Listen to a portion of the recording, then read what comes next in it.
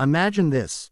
You're scrolling through your feed, heart racing as you hear about yet another injustice. A black single mother pulled over on a family vacation, harassed by overzealous cops who think they've got an easy target.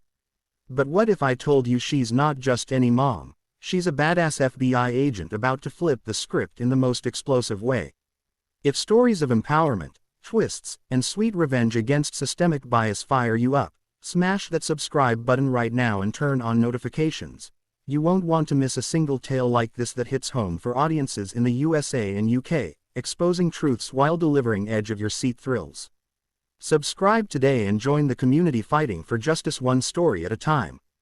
In the sweltering heat of a Florida summer, where palm trees swayed lazily against a backdrop of endless blue skies and the distant roar of ocean waves promised relaxation, Tamara Jenkins gripped the steering wheel of her rented SUV, her 8-year-old son, Malik, chattering excitedly in the back seat about the Disney World rides they were heading to after a week of beach lounging in Miami. Tamara, a 35-year-old black single mother from Chicago, had saved for months for this vacation, a rare escape from her high-stakes life as an undercover FBI agent specializing in corruption cases. But today she was just mom, dressed in a casual sundress, sunglasses perched on her nose, her natural curls tied back in a ponytail, oblivious to the flashing blue lights suddenly piercing the rearview mirror as a police cruiser pulled up behind her on the quiet coastal highway. Her heart skipped a beat, not from fear, but from the familiar surge of adrenaline she'd felt in stakeouts and raids. But she played it cool, pulling over smoothly, whispering to Malik to stay calm and keep playing his game on the tablet. As two white officers approached, one tall and burly with a mustache that screamed small-town authority, the other younger, skinnier, with a nervous twitch in his eye, both wearing mirrored aviators that hid their intentions but not the subtle sneer curling their lips. "License and registration, ma'am," the burly one barked, his hand resting casually on his holster, while his partner scanned the vehicle as if expecting contraband, their body language screaming racial profiling, the kind Tamara had seen too many times in her career. But this was supposed to be her time off, damn it, not another reminder of the system she fought against from the inside. She handed over her documents with a polite smile, her FBI training kicking in to de-escalate, but the officers weren't buying it.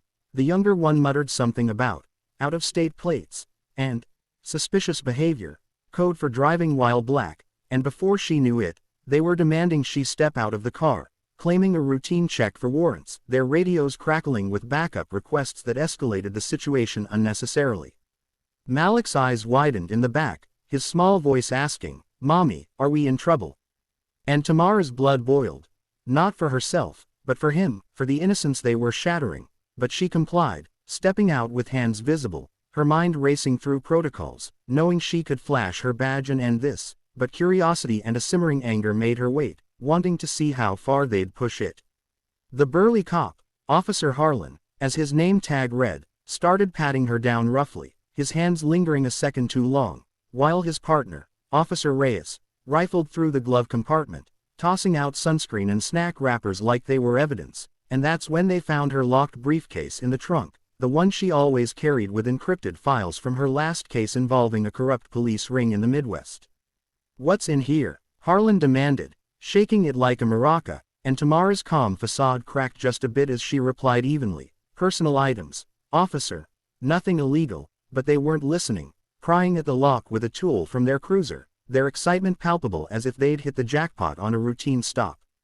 Meanwhile, back in Chicago, Tamara's partner at the FBI, Agent Diaz, was monitoring her location via a discreet app they'd set up for safety during her vacations, noticing the prolonged stop and the incoming police reports flagging her vehicle for no reason other than a fabricated taillight issue, and he started making calls. But down here in this backwater precinct, things moved slow, corrupted by old boys' networks that Tamara had busted before.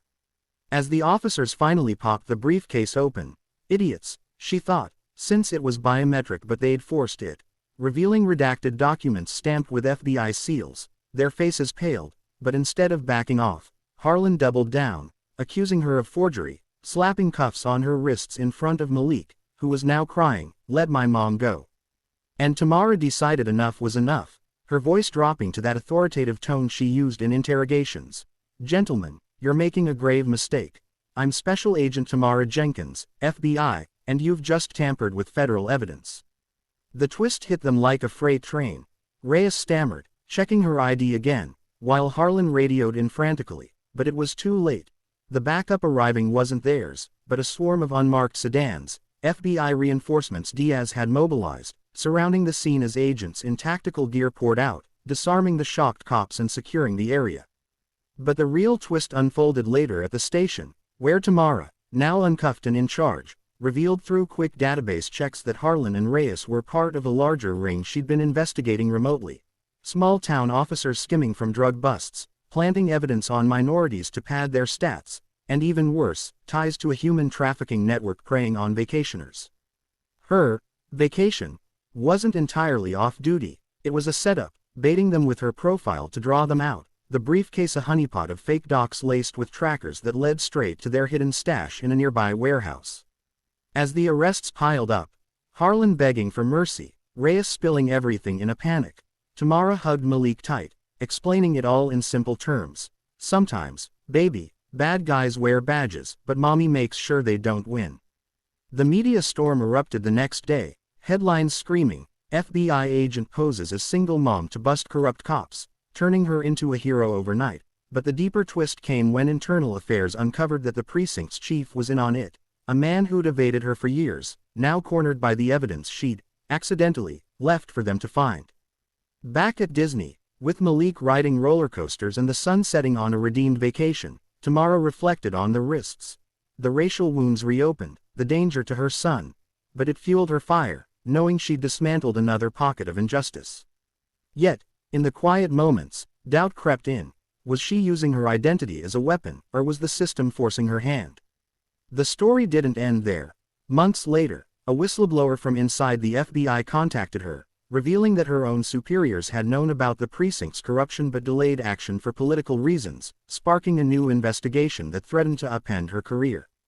Twists upon twists, as Tamara navigated betrayals from allies, facing off against a shadowy cabal within the bureau protecting dirty cops nationwide, all while balancing motherhood and the relentless pursuit of truth. In a climactic showdown in a rainy Chicago alley, she confronted her boss, gun drawn, uncovering forged documents implicating her in the mess to silence her, but with Malik's drawing in her pocket, a stick figure family labeled Super Mom, she outmaneuvered him, recording the confession and calling in trusted agents. The fallout was massive. Resignations, reforms, and Tamara promoted to lead a new task force against internal corruption, her story inspiring a wave of recruits from marginalized communities.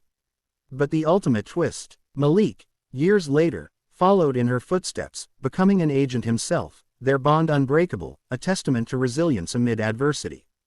Through it all, Tamara's vacation mishap became legend, a reminder that sometimes, the targeted become the hunters, flipping the narrative one badge at a time.